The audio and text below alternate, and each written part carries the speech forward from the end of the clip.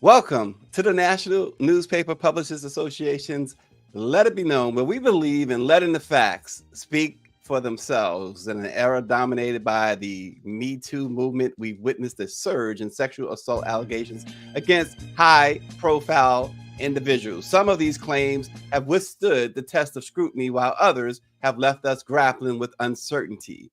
Here at Let It Be Known, we've chosen consciously, I should say, to navigate the delicate terrain of allegations carefully. We prefer to reserve our judgment for the courtroom where the truth can emerge under oath.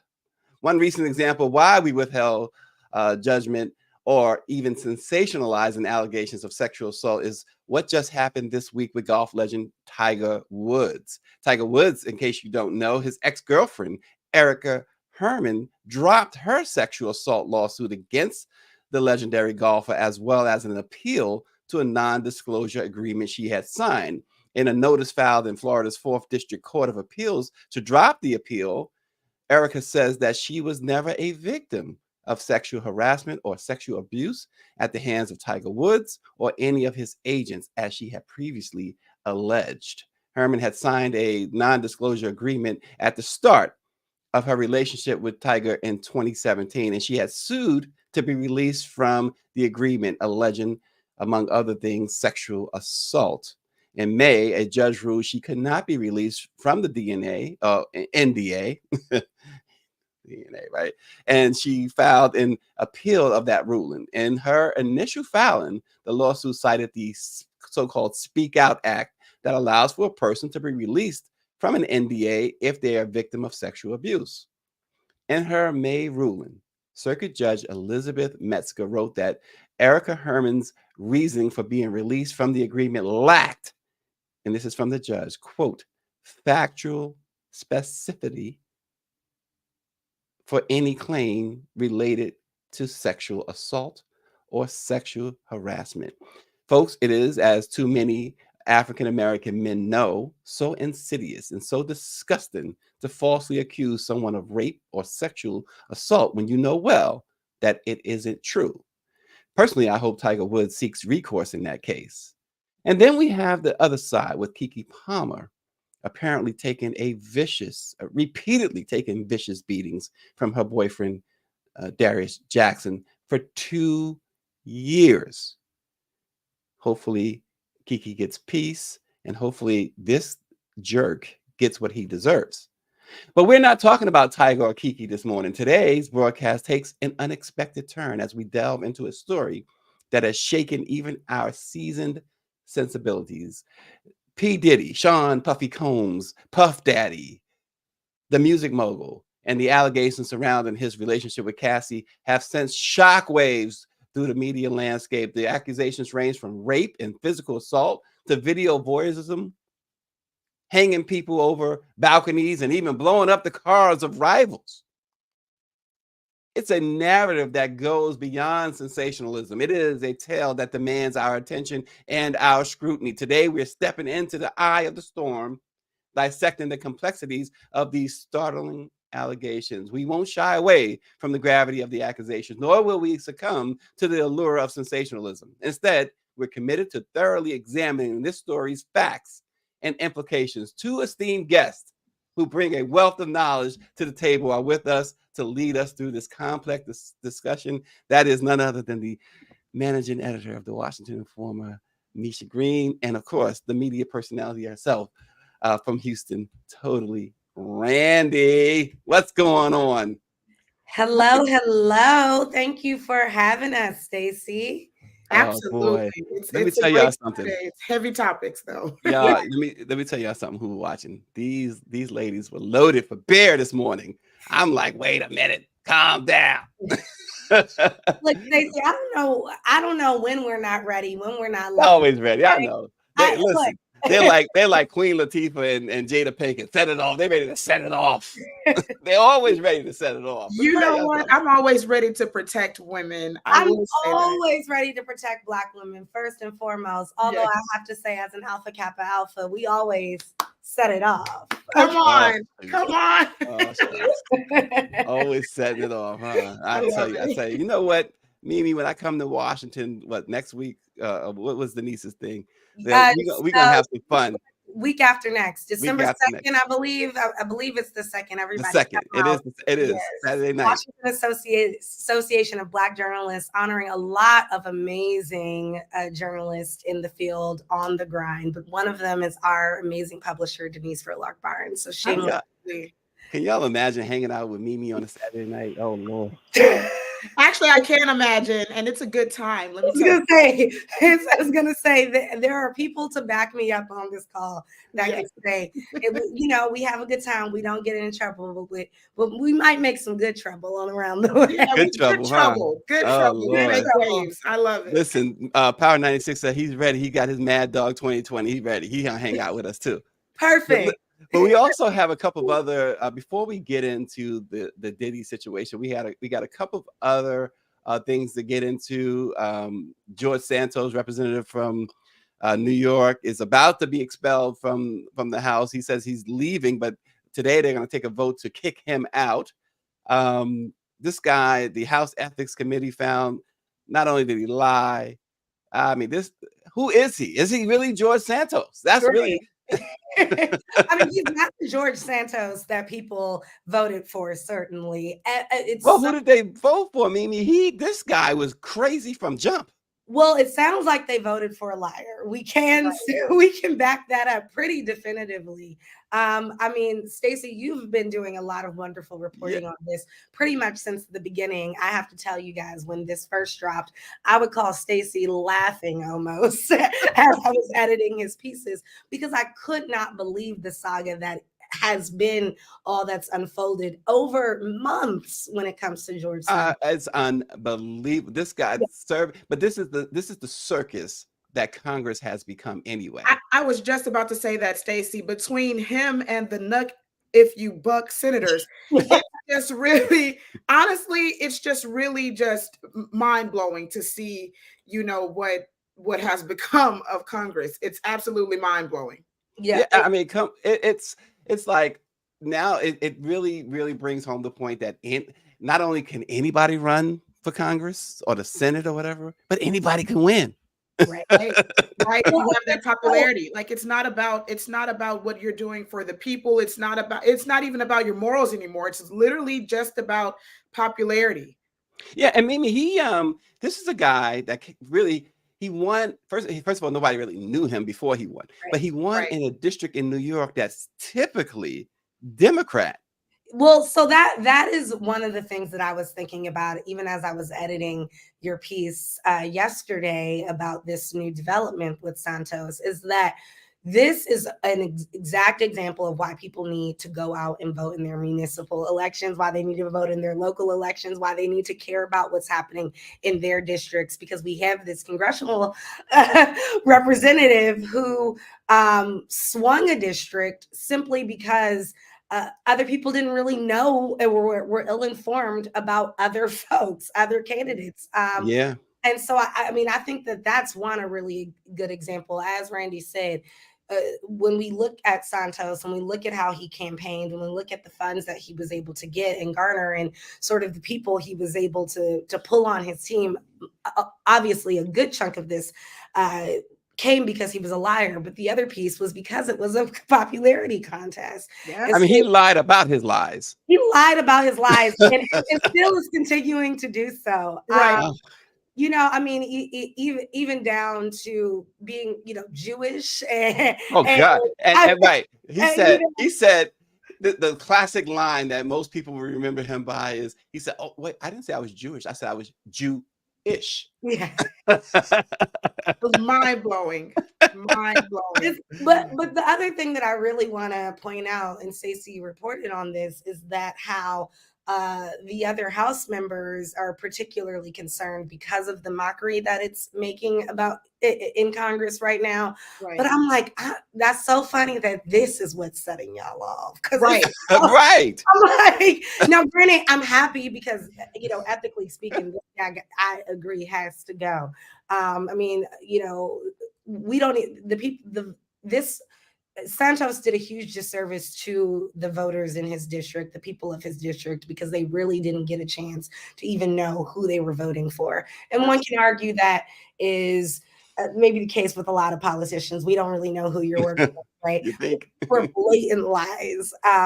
However, that said, it's a mockery going on in the House. Well, and this guy's a fugitive from Brazil too. I mean, Brazil wants him too. Where's he gonna run to? We agree on this show. Myself, Greer, Austin, we all agree this guy's gonna take flight, right? Where's he gonna go though? Because he's wanted internationally. Right. I mean, the thing is, this guy is such a good liar. People like that, those are really able to sort of be chameleons and work in different spaces. You can't, I mean, you know, his values, for example, and this is simply an assumption. But we look at his values, right, as a representative of the Republican Party, and yet he has done drag. We know as a member of the LGBT. Absolutely. Yeah, absolutely. Yeah, and then talk about folks, talk badly about folks who do normally do drag shows or dress in drag, and he has the nerve to denounce them, and then lo and behold, we find out he does it. He has to rub the backs of his Republican Party. I can't talk today. He has to rub the backs of them. So obviously he's, again, when it comes to, like Mimi said, being a chameleon, you do have to blend in with them. But I think him doing drag was just that's inside of him. That's well, right. But why condemn others? Right? This guy because you have to play up to who you're representing. Yeah. But listen, later on in the show, by the way, just so everyone know, we have not forgot, we're going to have a conversation with the harmonicist Frédéric Yonnet, who is on that great movie. Mimi, I think you've already talked to him. Killers of the Flower Moon. I didn't get to talk to Freddie this time. Freddie, look at that. Freddie. She's on a Freddie basis. Nickname basis. Excuse me, but no, I have known him for quite some time. This guy has played with Stevie, Prince. I mean, the greats. On top of being sort of an awesome musician that introduces others to the world of harmonica. For those that might not have even been coming for a musical show, I've seen Frédéric Yonnet in Dave Chapelle things, and I've seen him on the street, you know, just bust out. During the pandemic, he had a really awesome series from his home where people could tap in. And so I'm really excited. I'm glad you get to talk to him. How come everybody, when people, Randy, when folks talk about Chapelle, right, the first thing that comes to mind nowadays is all the controversy. The first thing that comes to my mind all the time is when he was like the Grand Wizard of the Ku Klux Klan. Remember that? Right. He was blind. This black man. Dave Chappelle's genius. Are genius. Yeah. He is. And sometimes when you know, it's so interesting that we say that. Remember when we talked about Kanye a while ago, Stacey? I believe that was. But I don't think we got to worry about that with Chapelle, do we? No, we don't have to worry about it with Chapelle. But again, that controversy comes up because there's a thin line right there that you cross when it comes to having that type of genius. And to me, Chapelle does have that type of genius. So the controversy is just because, you know, it's a part of their personality. You know, it's where their creativity comes from. I'm like the exact opposite. I'm gonna tell you right now. I don't know about that. I mean, think about it. Think about the most. Listen, you know that saying, Randy, a long time ago, fake it till you make it. I'm still faking it. Some people think I made it, but I don't know. I'm not comfortable saying I made it. I don't know, Stacey. You have a lot of insight. You might have made it already. You used to play at Jackson's house. Like, come on, like stay and always and all the time in the right places. Absolutely. Listen, you guys, speaking of the right places, it may not be the right place today, but our condolences to Dr. Ben Chavis and the Wilmington 10 family. Funeral services are this morning for James Bunn McCoy, who is a member of that political prisoner group, the Wilmington 10. It's it's this afternoon 3:30, right? Yeah. Yes. He died on the 10th. He was just 69 years old. We didn't get a cause of death, but it's another member of that famed group, which includes Dr. Chavis, of course, Connie Tyndall, Marvin Chili Patrick, Wayne Moore, Reginald Epps, Jerry Jacobs, Willie Earl, Vereen, William Joe Wright Jr., and the one woman in that group who actually is a white woman, Ann Shepard. They can comprise the Wilmington 10. And again, when you start, and not that Mr. McCoy was old, 69 is not old, but when you start hitting in your 70s and certainly 80s, the world seems to get a little bit lonelier. And this is why you start losing people. And I was talking to Dr. Chavis. I think you spoke to him as well, Randy. Y'all had some communications anyway. Absolutely. As the social media correspondent for Black Press USA, of course, I asked Dr. Chavis for some audio so that we can send out, and he definitely did a video. He talked about which we will go out today, by the way. And I know you did a story too, Stacey, so I want to pair that with that so you guys can go and read more on him. But Dr. Chavis did send his condolences through video. You guys will see that if you go to Black Press USA and follow us at Black Press USA. You'll be able to see that today. And he talked about some amazing memories, and that's a hard time. That's a hard time. Like, we look at it, in all honesty, we look at it as a piece of history. We look at it like, oh, they were activists. But could you imagine going through what they went through at that time? So young and so young. I think 19. Yes, when he was sent to prison. And you just, again, when I saw that he was 69, I'm like, 50 years later, and knowing how long he served, that would have been, he only spent almost a decade in prison. Right. So that's like 41 years of his adult life that he was given post this, unjust sentence, and really continues to systemically racist world that he continued to navigate. But you also talked about, how lonely the world starts to get around you, and as you age. And first of all, I want to send my condolences to Dr. Chavis and all those who loved Mr. McCoy. But I also want to say that Dr. Chavis and a lot of these freedom fighters have seen their comrades falling since they were young. And that is so, one, I think it's just something that we have to acknowledge, but two, really celebrate the fact that these freedom fighters have continued to be bold and be on the front lines like Dr. Chavis, despite the fact that for years their fellow activists have been unfortunately persecuted in such ways that they either were killed or have died from natural causes over the years. And so I just want to say kudos to Dr. Chavis and all those that continue in the fight. And I know the picture is not big enough, but I just have to say, Dr. Chavis, boy, you look good enough. I know. And can I also say this one thing?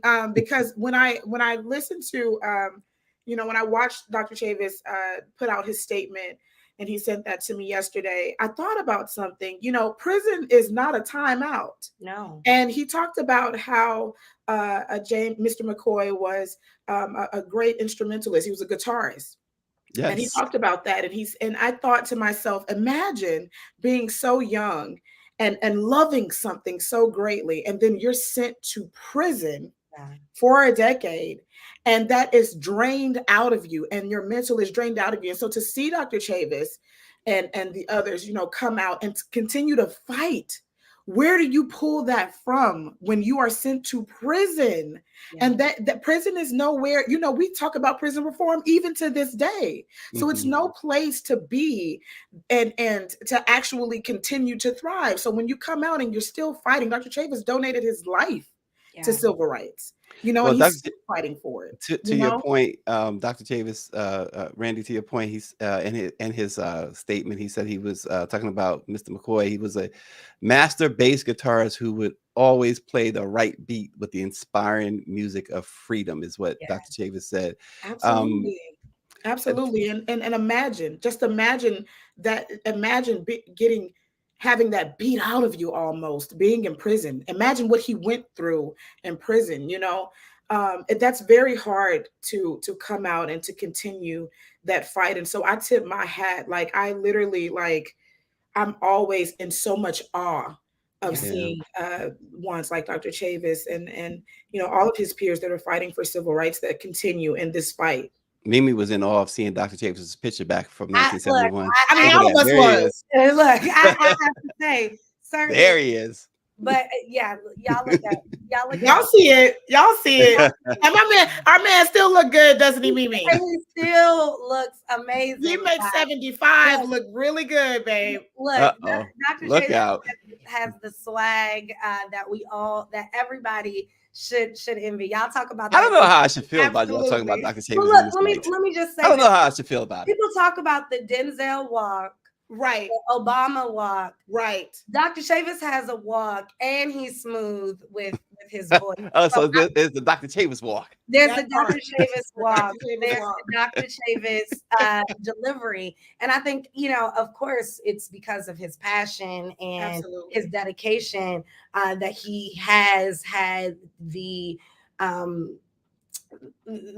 authority, but also the incredible amount of respect that he's had over the years in this fight. But I also want to say, because Dr. Chavis, was armed always, as we see in this picture, with the understanding that things were not going to be easy, things were not going to be fair. Right. I didn't know as much as I've read this story. And Austin says, I sure hope Doc's listening. I hope Doc's listening too. He deserves his flowers, every single day, because he's still on the front lines. And like Mimi said, that passion that he gives to it, knowing that it's not going to be easy, knowing that he's still facing, the struggle continues. He says it all the time. What do you say? A luta continua. That's right. Listen, y'all, just so y'all two will know, Power 96, while I know he likes y'all, he is looking for, as he says, the red bone. He says that she has 3.5 million views of a selfie of herself alone. You know who he's talking about, right? Yes. Miss Drinking Water. Miss Drinking Water. Don Montgomery.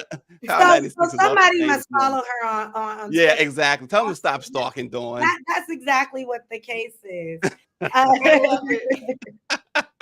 Listen, guys, I want to ask Power 96, did you ask her if it's okay to call her the red bone? Look, I wasn't going to even take it there because, look. He always calls her the red bone. I mean, I love that he's a fan, but, get her permission to call her that. What if she doesn't like it?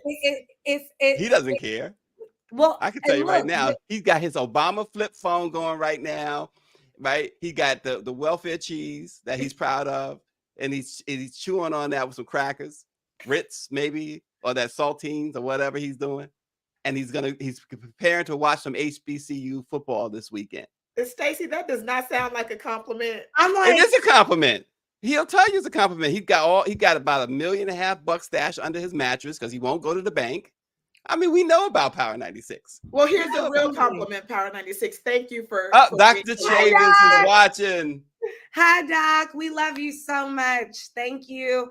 And again, condolences to you. We're sending our major love. Power 96 says he's an old school player. He said he calls it as he sees it. See, well, Power let's 96. call it as we see it. Old school players have been getting in trouble a whole lot. He ain't getting in no trouble. Power 96 is not getting in that type of trouble. Look, and no, and that's fine. But I think that we do have to just watch, what we consider as has been tradition or a norm and expected and accepted, because things change and how people react. And so while I completely get it, Power 96, and I love that you love Dawn, because I am one of Dawn's biggest fans as well.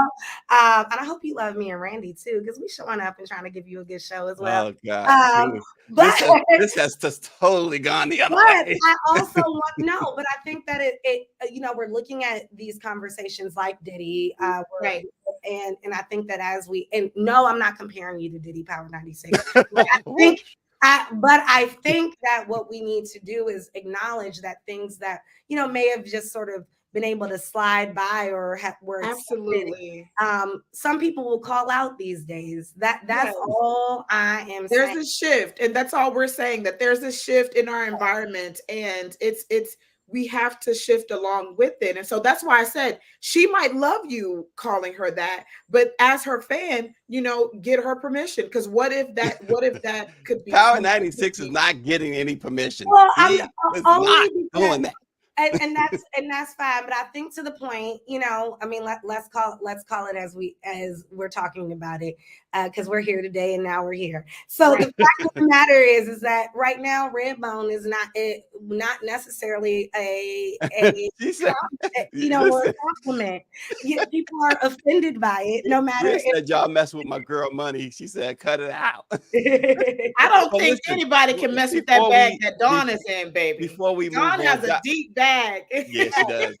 Listen, before we move on, we will, again, our condolences to the Wilmington 10 family and James Bun McCoy. Dr. Chavis says he's on a plane to Wilmington right now as we speak for Mr. McCoy's homegoing memorial.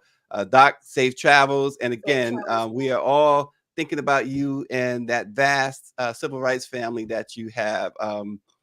And so as we close that out now, folks, this is disturbing on 1 million levels. Yes. The document, I encourage folks when there are cases like this, and we went through it, not to make comparisons, but in covering even the Bill Cosby case, look at what's in the court documents, what everyone has filed, what their response is, and more importantly, what they say under oath.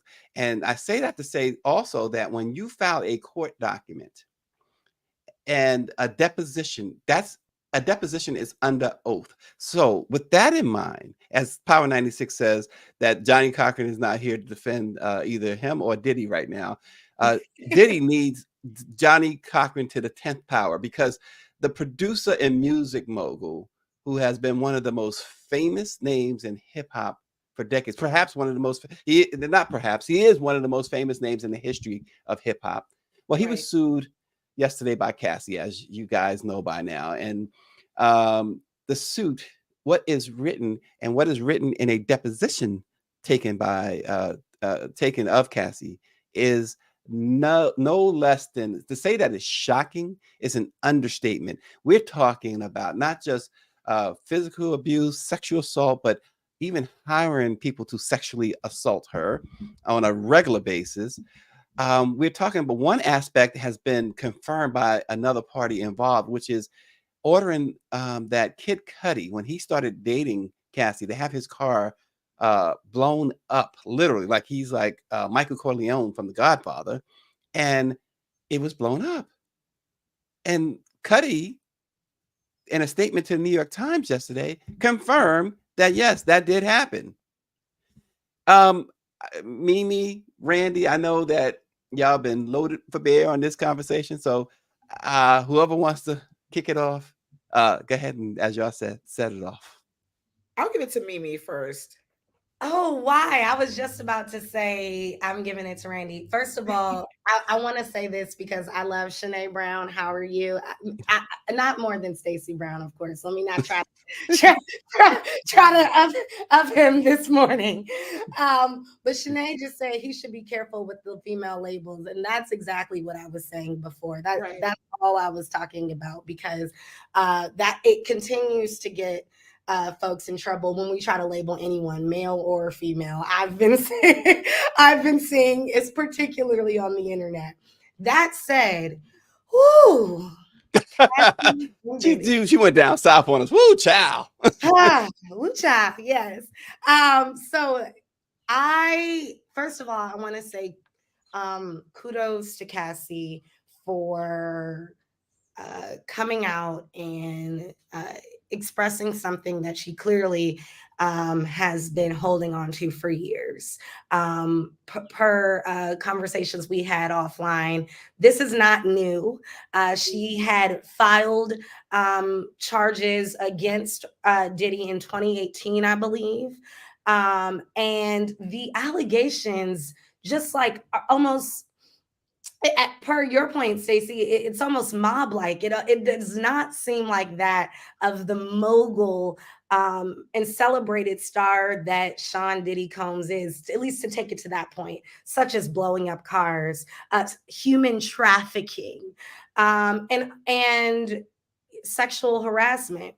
Diddy has had a long history of having interesting relationships that people question the power dynamic there.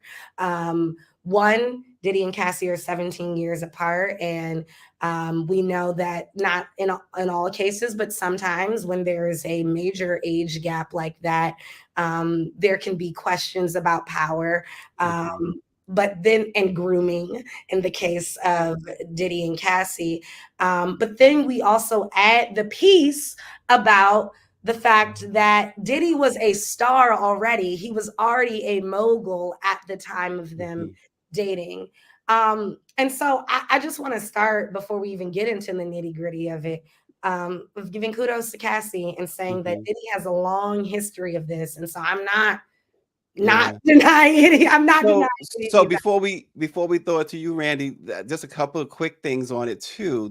Some of the more, again, a couple of things that's disturbing. Like, for instance, she said that, he would have her carry his gun in her purse, and we remember when he was dating Jennifer Lopez, when they got arrested in New York, she had the gun for Diddy. Jennifer Lopez did, and nearly and did take a gun charge. There was as you said, him being the mogul, the boss, which makes it immediately inappropriate, right?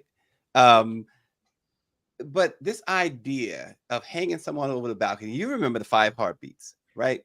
Where they're seeing where Big Red holds the artist over the balcony, threatens to drop him off the balcony. These guys, all too often, and it happens probably in other genres too, but certainly in the hip hop, sphere, they all too often try to imitate, in my estimate, and I love a lot of these guys, but they try to imitate all too often the mobster guys, the things that they've seen in the movies. Like, you've seen so many hip hop guys laud and big up the movie Scarface, right? The world is mine, and and they try to actually live that instead of, and I know Randy will be happy about this, like Jay-Z, for instance, who I have a myriad of problems with. But from all that we've seen of Jay-Z, for instance, this guy, he lives a life in which he's not jeopardizing any of what he's built, right? He's not trying to play a role that's going to get him in the crosshairs of law enforcement or a case like this. That we know of. That we know of, right. Because I do want to say, because I said earlier that we didn't expect of, we know that still in the hip hop game, there are, and maybe in business in general, from what I hear, from the words on the street, that there can be a level of some shady business that can happen, or maybe illegal things. We're looking at what's happening in Fulton County in Atlanta, and I'm like thinking, well, why did these guys have to be involved in any illegal crime or things, or kind of hustler or gangster business, as they're now millionaires. And so I don't know what goes on in the business that has to happen.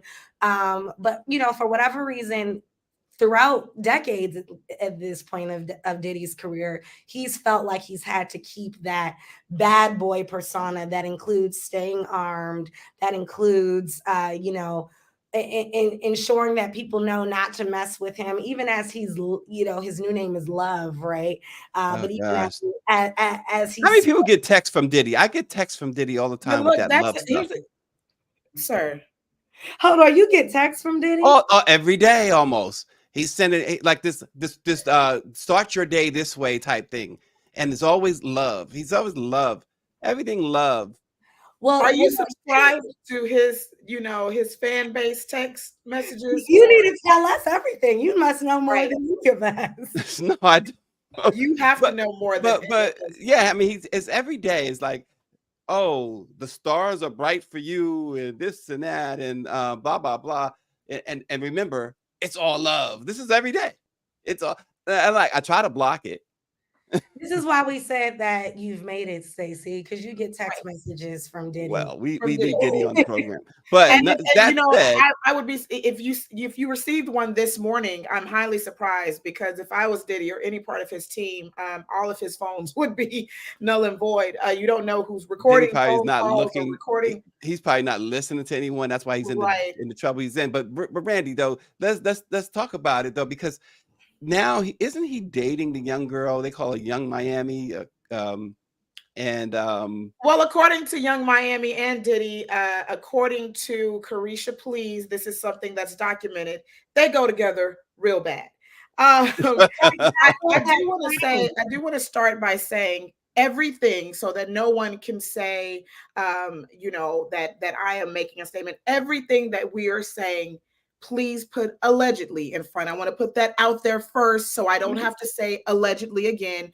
Just preface everything I'm saying with allegedly, okay? Because I wasn't there. As important as Stacey is, and as connected as he is, he wasn't there with Diddy. I would have helped Cassie out. I would not have allowed it. Yeah. And just retroactively, I'm allegedlying as well. Yeah, well, and I cited the court documents. Everything we're saying is cited in the court documents pretty much. But go ahead, Randy. Now, I will say this, when you look at their history, there is a timeline of when they got together. First of all, when you're 37 years old, 30, 36, 37, 35, 37, I don't care, and you're dating a 19-year-old, okay, that we're gonna start is just very weird. And then when we go through what's in the court documents, when we go through what she is allegedly happening, what she is saying, such as the male prostitutes. So let's talk about it, right? Recording her with male prostitutes. And why do you think that was the case, Randy? Well, she says it. He's pleasuring himself while she's doing this. And but okay, let's break it down though, Randy. Yeah, she says eventually he starts doing that, right? But why did it start? I have a theory as to why it started. When you try to get in the mindset of someone who that has been painted a picture, this mindset that we have of Diddy. I'm going to say control. I'd love to hear your theory. There you go. But I'm going to say control. Everything that he's doing is controlling. Her carrying the gun. This is also in the court documents. Forcing her to carry the gun. Controlling. When we talk about, she talks about introducing her to a life of a substance abuse. I'm not going to say that women don't like to drink. Obviously, but the substance abuse, Randy. But why? Because look what he was allegedly, again, what the court documents say he was putting her through. And then when you look at it, there is, and I do want to say this, there is everybody was doing their timelines. Okay. from hip hop online.com to Billboard, everybody was doing a timeline of Diddy and Cassie, and it's because, you know, their relationship was very, very public. But I do want to point something out. Okay, now this is from Billboard.com. Their first breakup in 2015, and we also know that in 2016 there is a huge picture that went viral, how Beyonce celebrated her VMAs, her big VMA time, and there's a picture of it's Beyonce and Jay-Z, I believe it's Kim and Kanye, and then there's Diddy and Cassie, right? And at this time, the controlling Diddy, right, around this time, had given her like an engagement ring. Now they did not come out and say that they were engaged. They did not publicly say that they were engaged, but again, that engagement ring comes out around this time. That's 2016, the picture takes place, but look what happened in 2015. In 2015, according to Page Six, the power couple split, right? Now, in the interview with the Breakfast Club, Diddy shares his 25-75 relationship rule. He says, if I'm in a relationship with you, like 25% of your time, you're going to feel just like, oh man, I hate being here. This guy, he cheated on me. I'm fed up with him. He lied to me. But then there's 75%, I'm going to make you the happiest woman in the world. And I promise you, you're going to smile the most. That is a quote taken from his interview, right? Now, when you look at that controlling piece, if they broke up at that time, and then he turns around and gives her this ring that he put out on his Instagram, hey, baby, do you like it? And she's wearing it in 2016. And by the way, I only reason I'm interrupting you is we do have some breaking news on that situation. The New York City Police Department have confirmed now that they are investigating a criminal complaint against Puffy Combs, right, regarding she filed sexual assault. Yeah, so right. we do have that breaking news that New York City Police have confirmed that they are and have been they're making it, underlining that it is not didn't happen yesterday, didn't happen last week, right. That they have been investigating Diddy Combs for sexual assault /rape. So there you have it. And that's also Diddy is in trouble. That's also in her civil case that when they broke up, I don't know which time, because again, the 2015 was their first breakup. Right. Then after 2015, their second breakup came in 2016, which was interesting because it was after that ring situation and everybody thought they were engaged. And here you have Beyonce and Jay-Z who were married. You have Kim and Kanye who were married. And then you have Diddy and Cassie. And so their second breakup comes in 2016, right? And then when they finally broke up in 2018, which Mimi had pointed out earlier, that's when Cassie filed the lawsuit. You know, we know what happened with him harassing her husband and harassing her, even giving her a happy birthday, my love, you know, on his Instagram. That, you know, Cassie talks about when they broke up, him, you know, raping her in her home. And so this is, you know, all of this is very, very disturbing. Again, you know, Stacey, you mentioned it earlier, like we have the Keke Palmer and Darius situation that, you know, allegedly that had been going on since they started dating. Then we have what is going on with men and power and control. So let me ask you this, Mimi. Okay, so Cassie now, and the suits, it also mentions, and this is one of the things apparently that the New York police is investigating. 2018, after they broke up, the whole blowing up of Cuddy's car happened before that, but they are also apparently investigating that too, because and the complaint does mention something about arson. But the 2018, after they broke up, she says that he broke into her home and raped her, right? Which goes back to Randy's point about control. But let me ask you this. So at what point, there are still those who say, well, what took you so long? If it was true, why did you say it then? Tell us. This is a woman, Mimi, who is married now with 2 children. Randy said she has 2 children. I thought she had 1, but she has 2. And now she comes out, you know, a few years later. It's not 20 years later. It's only a few years later. 2018 is, you know, 5 years ago. Right. What could prompt, or what normally does from in your experience as a journalist, I mean, not only she's a great editor, but she's a top-notch journalist. But in your experience covering things like this, or and being in the media, what prompts a woman to come forward at this point? So thank you for that question, Stacey, because I am ready for the people to say, oh, well, of course she's saying this after he won all these awards and Hip Hop 50 and the, what is it, the 30th anniversary of Bad Boy, and all of that. You know, I'm ready for the deniers and the haters and the critics to try to distract from what Cassie is saying. And I often find that when you're talking about these situations, that it goes beyond what people know to be right or wrong or legal instances, and they're dealing with their own emotions. It took, you know, first of all, let's remember Cassie did file a lawsuit in 2018. So it's not like she wasn't dealing. Well, it wasn't a lawsuit; it was a police complaint. A police complaint, which is probably more powerful and important than a suit, right? Because we're not talking money. We're thank you for correcting me. We're talking about somebody saying that there's a problem. But that said,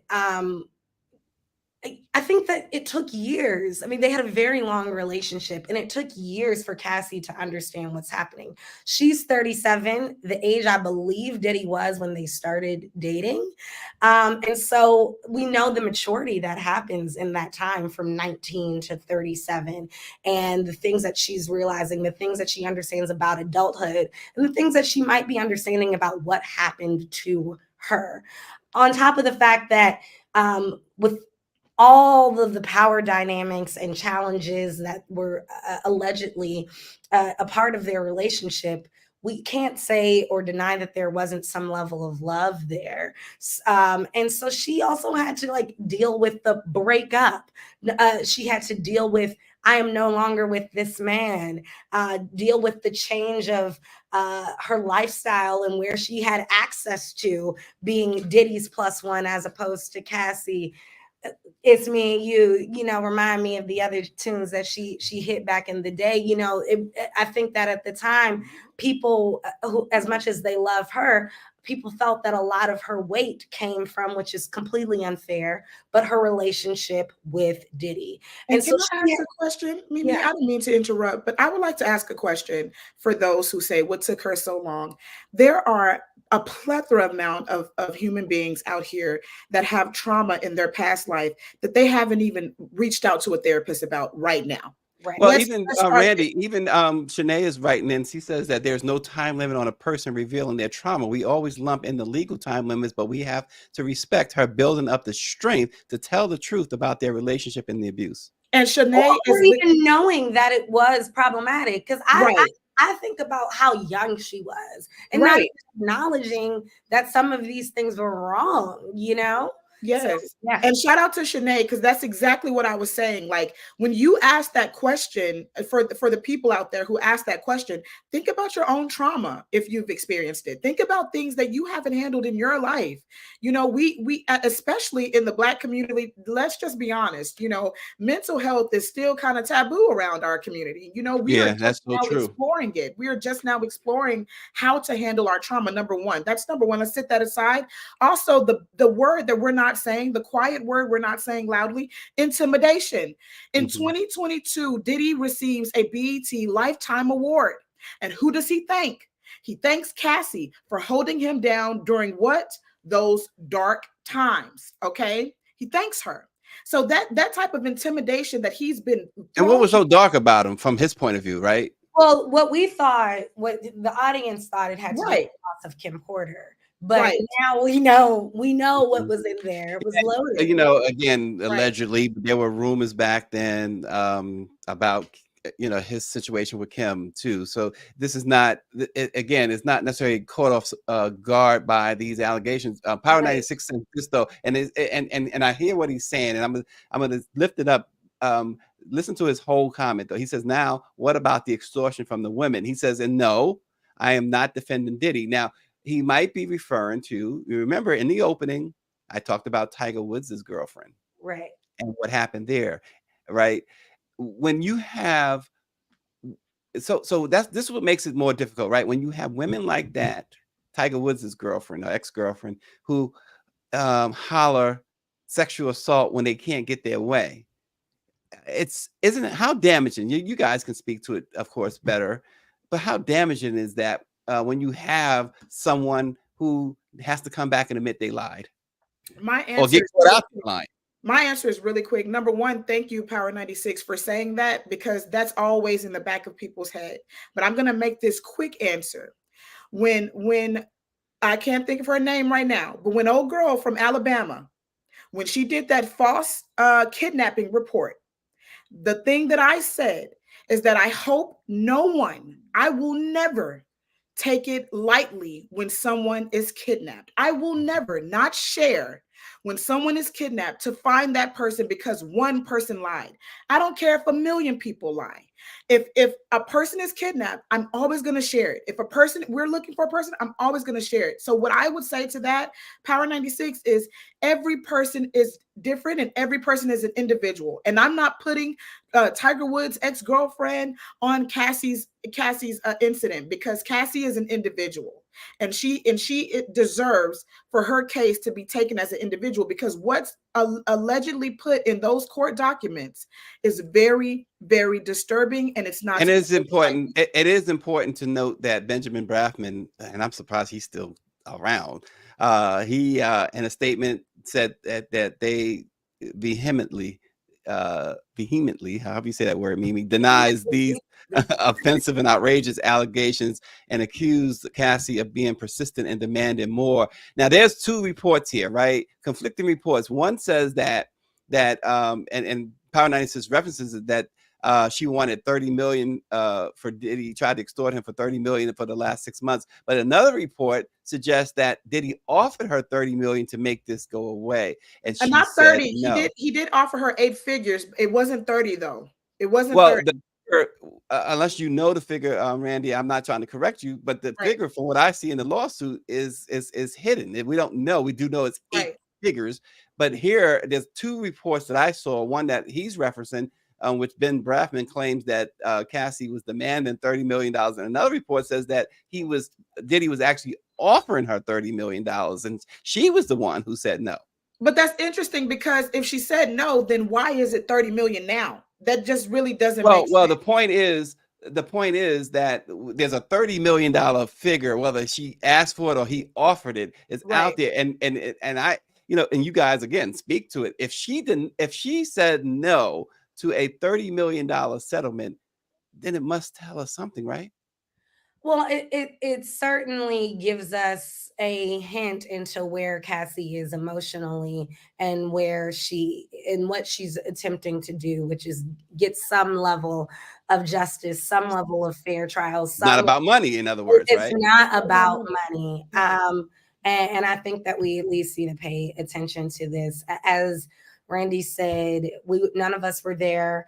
None of us really know exactly what happened, but we can see some of the trends in the way that the dots connect. And not to completely shift gears, but in last week, Stacey tweeted us about Keke Palmer and looking at some of the signs leading up to what we now know as Keke's complaints against Darius and restraining order against him.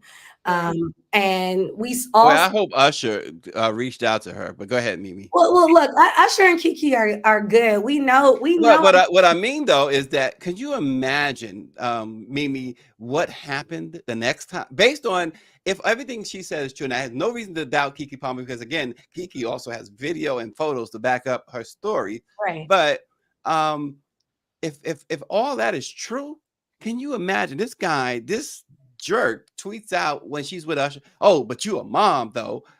Imagine when she got home. Well, I mean, I know. I think that's the scary part, is that we look at this public manipulation like Diddy, because we now see signs of that if we really try to connect the dots, but we look at this, these public outcries, which really is just being manipulative. And we don't know what's happening behind closed doors. But Stacey and Mimi, don't we see when it comes to extortion, don't we see usually the money is offered, let's just say 10 million, right? And then we see an increase. No, I don't want 10 million. I want 30. So I'm just, not to go back to that, Stacey, but I'm just confused as to if he offered 30, why would she say, no, I'm going to pursue this? Right, because it's not about money. It's not about the same amount of 30. True. I agree with that. Also, I did want to point out really quickly, Dawn from Dirty Money, which is on Love's Brother Love, Diddy's new album, the Love album. Dirty Money is on that album. Now, Dawn Rashad literally do not speak. She does not say anything. Yeah. And for her and Aubrey O'Day to come out and support Cassie and call her brave. Yeah. How do you say a mouthful without saying a mouthful? No, I think that's a really good point, because first of all, Danity Kane, Diddy Dirty Money, which is, of course, as I celebrate them now and how Love has featured them even most recently. Right. I think they've rolled with Diddy because he really in many ways helped them in their career. We know, making the band was legendary. It kind of, I interviewed Dawn a few months ago and I told her, like, girl, you were like my first like reality TV, like person, that I was a fan of, like doing your moves and stuff like that. And so I think that for them, it was so bold and so brave because they are, they are talented people without Diddy, I'm sure. But in terms of their recognition and a star power, a lot of that was intertwined with Diddy. And so I think if they were bold enough to say something, they're also, we can say as the audience that maybe something odd is happening. Something. Yeah. Maybe something. Yeah. And the fact of the matter is we're here, or they are there for a reason. There was behavior that, again, you get to a point, and I guess you are who you are, but you get to, you would think you get to a point, and again, I mentioned Jay-Z early because I think that he is reached a point where he said, you know what, I have too much to lose to engage in this type of foolery. But many of them don't seem to reach that point, Randy and Mimi, that they feel like, I did it when I was, coming up. I did it when I was 21. I'm gonna do it when I'm 40. And this stuff, I don't get it. I just don't get, other than, as we said earlier, that word again, that control, right? They try to control these women. Yeah. And producer Greer, I love to call her that. She talks about Kid Cudi's car blowing up. And I'm always, listen, Twitter has changed the way society see things. I'm never going to call it X. So yes, it is Twitter. Twitter has changed the way society responds to things. And the jokes are flying left and right. Okay. And Kid Cudi actually, again, we weren't there. You're gonna have you saw that picture. Show that picture again. You need the evidence, right? But him saying, around that same time that Cassie alleges that Diddy told her he was going to blow her car up because you're involved with this guy. His car blew up. Yeah, his car blew up, and that's insane. And Cudi confirmed it yesterday. Power to do something like that, you feel invincible. To your point, Stacey. To your point, these guys feel invincible. But when you get with someone like a Beyonce, let's go ahead and quote it. Keep it 100, hit the lottery. That's what Jay-Z says about his wife. Yeah. But is it more about her than about him? Like I said, it's the influence. You know what? It's the influence. It's the influence of the wife saying, hey, my team around me know not to speak. They know not to talk. They know to scrub the internet to pull my ugly pictures from the Super Bowl off. They know that when it went down in that elevator, all you had was no audio video of Solange and Jay-Z. No one in that camp spoke a word. And so it's the influence of a good wife. Shanae, know? Well, let me say this. Let me say, wait, just one disclaimer though, Randy. I get what you're saying. I don't disagree. But around that time, I did some reporting, and I was able to talk to some people in that camp, and I did some stories around that. But of course, they were speaking on the condition of anonymity.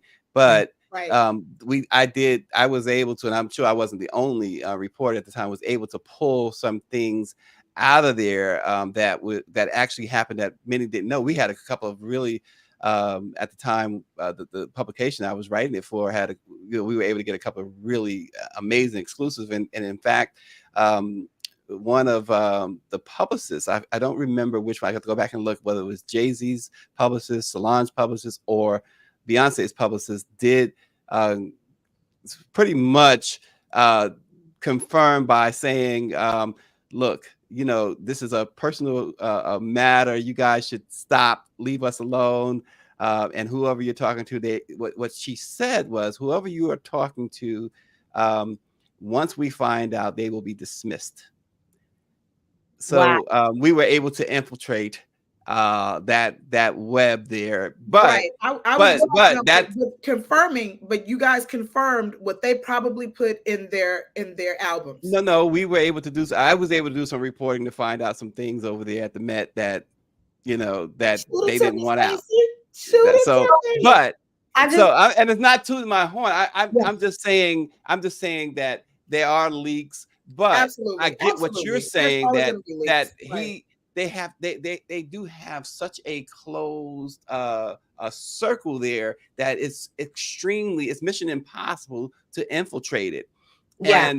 And I think that's what I was saying. Like, and producer Greer said that she was like, there's a lot of evidence already in the public, right? And that's what I was saying. And I'm not cutting to your journalism work, Stacey. No, not at all. I didn't take it as that. I was just saying that I agree with you for the most part. I just wanted to put some more perspective in that. But what I was saying, Mimi and Randy, is that I think in other words, this man has grown up. Absolutely. Yes. Absolutely. But the one thing that I want to say is that, yes, he's grown up, and we have to point that out and give him props for that. But I think that this situation with Diddy, with Darius, I'm going to call him Darius Palmer because I can't think of his last name. Right? Jackson. Kiki's like, no, please don't do that. Look, Darius Jackson, I should have known that because Sharon is his brother, is that our Black men, our men in general, really need to talk more about mental health and really addressing that, because we look at the power dynamic and the difference between even a Carisha and Diddy and Kiki and Darius. Kiki was the breadwinner. Kiki was the star. Kiki was. I was like, listen, you can dance with Usher, whoever you want, all night long. You were making all that money. I'll take care of the baby. He said, I'm taking care. I'm a stay-at-home dad. But to Randy's point, Kiki was the lottery. If we're looking at this relationship, and yet manipulation was still a factor. Yet harassment is allegedly a factor in both cases. And so, we're looking at a personal trainer versus one of the biggest moguls of our day, and yet there are challenges that I think we can't deny that there's some sort of correlation to mental health there. And so while these allegations are problematic, while I think that these men, if the allegations are true, need to be held accountable, I also think that we have to continue this conversation about mental health. And isn't it a self-esteem issue too on the women's part? Is there a self-esteem issue there? No, I don't think it's even fair to say people have to assume whether or not there's a self-esteem issue there. People have self-esteem issues, male or female. But I do think that we all can talk about the conversation around mental health and put both men and women in that category, because when we know that we might be being harassed, right? Or when we can have that healthy understanding that we're in a toxic relationship, that self-esteem or not, then a woman or a man has the ability to say, I have to stop this and remove myself. That's the part. I think that, no matter who's dealing with whatever sorts of issues, mental health is a conversation that and I think, to your point, Stacey, I think I know what you're saying, especially when it comes to these men. Absolutely, a self-esteem. They take accountability for their action. They're not being unchecked. When especially in the case of Darius, it came out that Keke Palmer's mom was saying that he allegedly did some things to his sister, that he's been acting this way for a long time. So when when you don't check the actions, your actions are unchecked. Think about Diddy, Misa. Think about it. So a long line and history of people that are not checking. When your actions are not checked, it's almost like you're Magneto. You're absorbing the power, and then you're just literally wielding your power as you will against everyone. And so sometimes that's very hard when you're amassing that amount of power and wealth, and nobody is checking you. So let me ask you both a question. Not that you have been victim in that lawsuit. And I've never seen a lawsuit like this before, in the sense that it had, if you could see those red letters, it says trigger warning. Yeah. But let me ask you both. Not that, and I'd hope that neither one of you are victims of any type of assault. Don't answer that question. It's none of my business. I'm not asking for that. But what's her road to recovery look like? Well, I think that if she's had the courage to come out and do this, then she's already on the road to healing. And so I am sending her and everybody involved nothing but prayers. And when we look at things like this, again, I am not at all team Diddy, but based off of these allegations. Right. But I want to say prayers should be ascending to him and his team as well, because he needs to get help too. If all this is true, hopefully he is. Hopefully he is. If this is true, then a lot of healing needs to be done. I mean, I do want to say that we look at sort of the trends of Diddy's relationships, and one thing that seems to be pretty clear is that he's not really good about claiming somebody. Even with Cassie, it took him years before he claimed her, right? And now Young Miami is really falling into this. She has the line, "I'm single and so Diddy with it," and all of that. But I do think that when you have these people who have issues committing, there's also some challenges there. So there certainly needs to be healing done for Cassie. I hope for Keke as well. I don't want to conflate their situations, but but here's another thing too, Randy. Does this also? I've seen some blogs, I've seen some postings. Does this also now open even more questions about the surprise and sudden death of his Kim Porter? Absolutely. And to your point, and I'm not accusing Diddy of murder, but of course not. Please use your discernment and emotional intelligence here. Of course not. And to your point, Stacey and producer Greer, she mentioned Kim Porter as well. Absolutely. And then look at it. And to Mimi's point, we really do pray that Brother Love Diddy get the help that he needs and deserves, because he, loving her so much after she's gone, even to where he says, a lot of people said, we hope that Diddy don't say anything. Like, please, your camp should make sure you say nothing until everything is, ironed out. Diddy did post. He posted about the Love album. I believe it received a Grammy nod and nomination. And he says that this is his love letter to Kim Porter. You look at the pain he feels. Yes, it does raise a lot of questions, because look how painful her death and how it affected him, and how he feels about it. And again, to like what Mimi said, you could see him kind of still doing this hamster wheel of behavior of hurt. Even with him coming out and having his newest child, Love. He called her, he named her Love. So I got a question. I got a story, mm-hmm. right, about Kim Porter. Mm-hmm. So Michael Jackson had his 30th anniversary concerts in New York. You remember, just before 9/11. Right. And so the first show was Friday, September 8th. And of course, I got passes. The family gave me passes.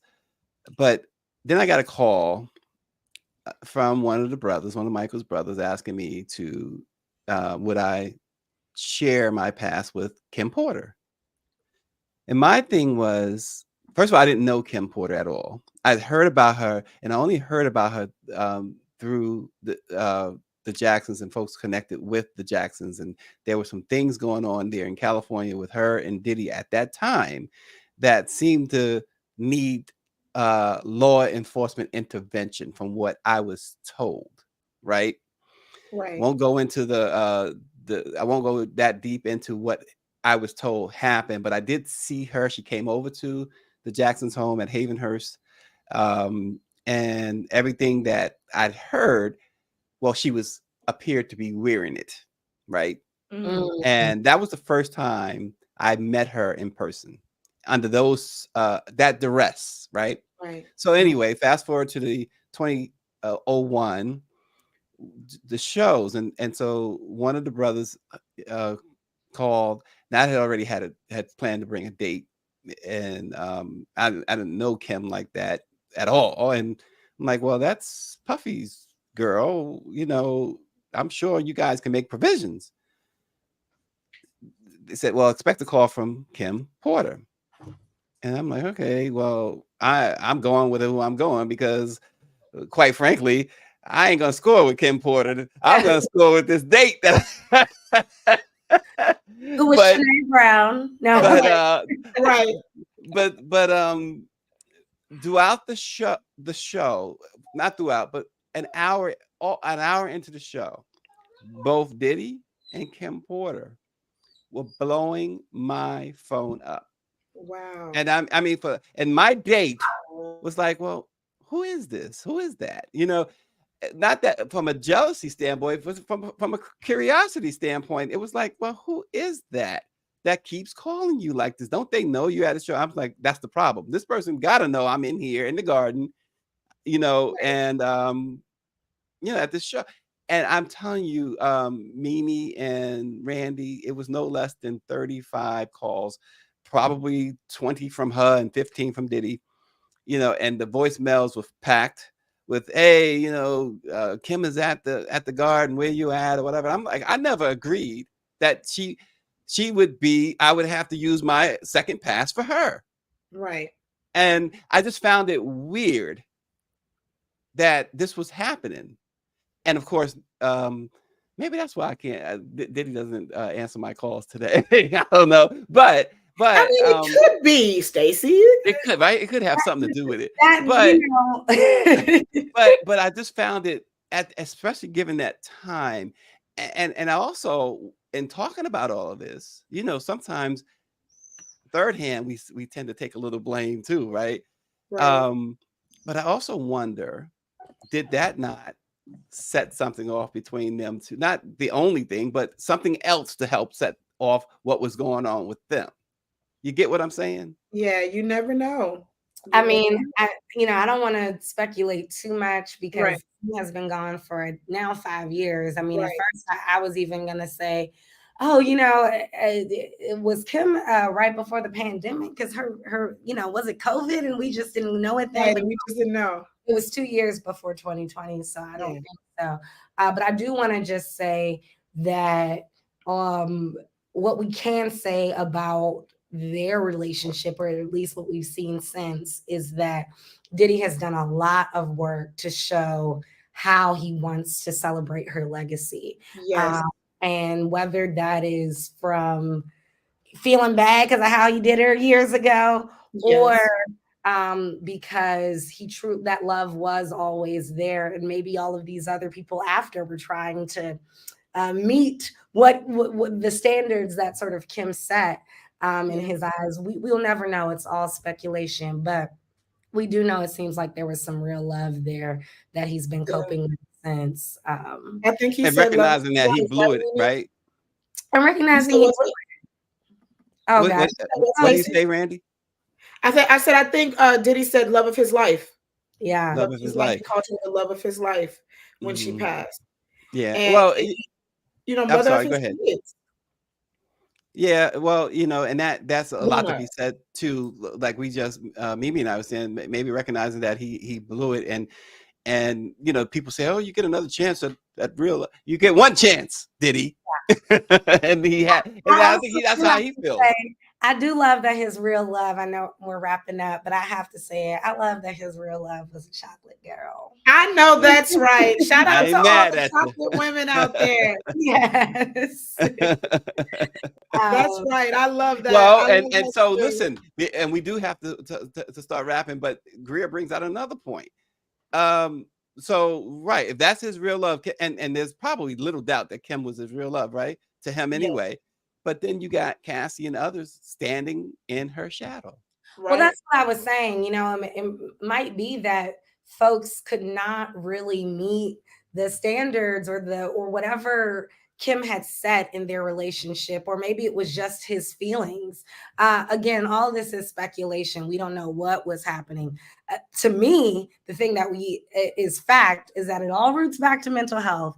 Get help. If I think that if you feel completely fine, I promote and encourage mental health. On both ends.